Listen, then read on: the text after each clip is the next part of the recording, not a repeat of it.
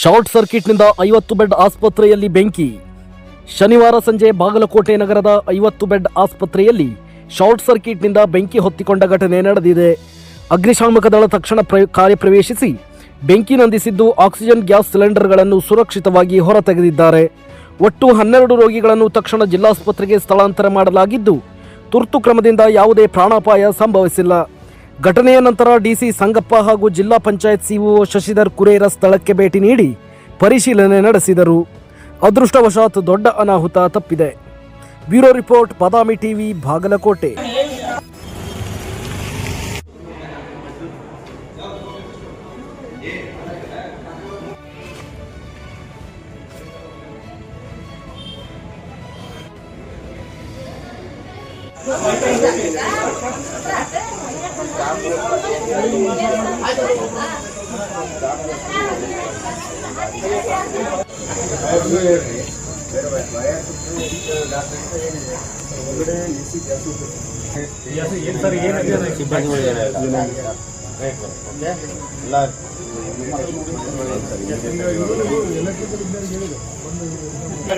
ಅವರು ಹೇಳ್ಬೇಕು ಇವರು ಹೇಳ್ಬೇಕು.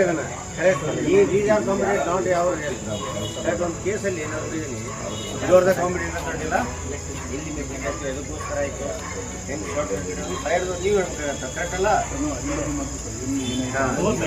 ಸೋರ್ಸ್ ಆಯ್ತು. ಇವಾಗ ಮಕ್ಕಳಿಗೆ ಎಲ್ಲ